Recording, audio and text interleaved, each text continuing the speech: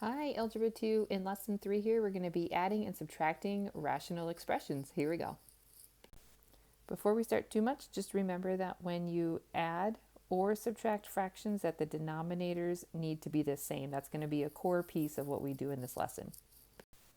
When I start adding this one, I notice that the denominators are the same. And so all we have to do is add together the numerators. So x plus x is going to be 2x, and I have negative 3 minus 2 is going to be negative 5. So there we go. The last piece, though, we do need to know when is this going to be undefined. Look at that denominator just like we did when we multiplied and divided. We cannot have this denominator be negative 4 because that would make the denominator 0, and we cannot divide by 0. This slide is just reminding us that if we do not have the same denominator when we're adding or subtracting, that we need to multiply both fractions by something in order to get the same denominator. So we multiplied this fraction by 5 over 5 to get 10 over 30, and we multiplied this fraction by 3 over 3 to get 9 over 30. Then we can add those fractions just like normal. When we add or subtract rational expressions that do not have the same denominator, the first thing to do is to factor the denominator. Now I can see that to get common denominators, I'm going to multiply this other fraction by x minus 1 over x minus 1. It's not changing the fraction at all because this is really just 1, having the one number divided by itself. Now I'm going to go ahead and simplify the numerator on this fraction. It would be 2x squared minus 2x. And I'm going to keep the denominator in its factored form. And now I'm just going to go ahead and add. So I'm going to have 2x squared. When I add these numerators together, I have an x plus a negative 2x. So that's going to be negative x, and then I have minus 3. I do want to see if I can simplify this at all, so I would try to factor that numerator. And here I would end up with 2x minus 3 times x plus 1. Those factors do not simplify with my denominator at all.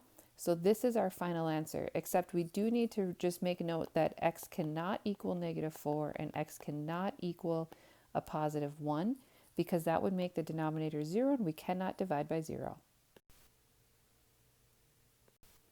When I factor the denominator, I get x plus 2 times x minus 2. So that means to get these to have the same denominator, I'm going to multiply the other fraction by x minus 2. And now I'm going to multiply this out and start simplifying and adding the fractions together. When I simplify x minus 2 times x, I get this, and now I'm going to add them together. So I'd have x2 or x squared minus 2x minus 8 all over my denominator like this. Just like before, I would check to see if I could factor that numerator in order to simplify a little bit, and this one would factor into x minus 4 times x plus 2, which means that it would simplify with the factors that I have right there in the denominator. And so my final answer would be x minus 4 over x minus 2. When we're looking for any values for which the expression is going to be undefined, I need to look back at my fraction before I did any simplifying and look at that denominator. In this case, x cannot be 2 and x cannot be negative 2 because that's going to make the denominator 0 and we can't divide by 0. First thing I do here is try to factor those denominators just to see what I end up with, to see if it's going to be helpful. I see that I have x minus 1 as a factor in both of them, and I realize that if I multiply this fraction on the left by 3 over 3 and this fraction on the right by 2 over 2, that in the denominator in both of them I would end up with 6 times x minus 1, so then I would have common denominators. So when I multiply both fractions and I simplify, here I had 3 times 3x, that gets me 9x. Over here I had 3x minus 2 times 2, that gets me 6x minus 4. Now I can add. Once I've added these together, I end up with 15x minus 4 over 6 times x minus 1. I can't factor the numerator in any way that's going to let me simplify with the denominator. So this is my final answer, but I also need to look at that denominator and I see that x cannot equal 1 because that's going to make the denominator 0. When I factor the denominator down here, I get x plus 3 times x minus 3. So if I multiply the other fraction by x minus 3 over x minus 3, then I'll have common denominators. Here's what I end up with when I simplified the one on the right. You can see my scratch work out over on the side and then my final simplification right there. Now in this one, we need to be careful because we are subtracting everything in the numerator. So just be aware that this is just like having -1 out here and doing the distributive property with -1. You can think of it that way, or you can think of it as just simply subtracting each piece. So first I have 2x squared minus x squared. So that's going to be 1x squared. Then I don't have any x's over here and I'm subtracting 2 x's. So that's going to be minus 2x. Then I have -30 minus a -15. That's just like having -30 plus 15. So I'm going to have -15 right here.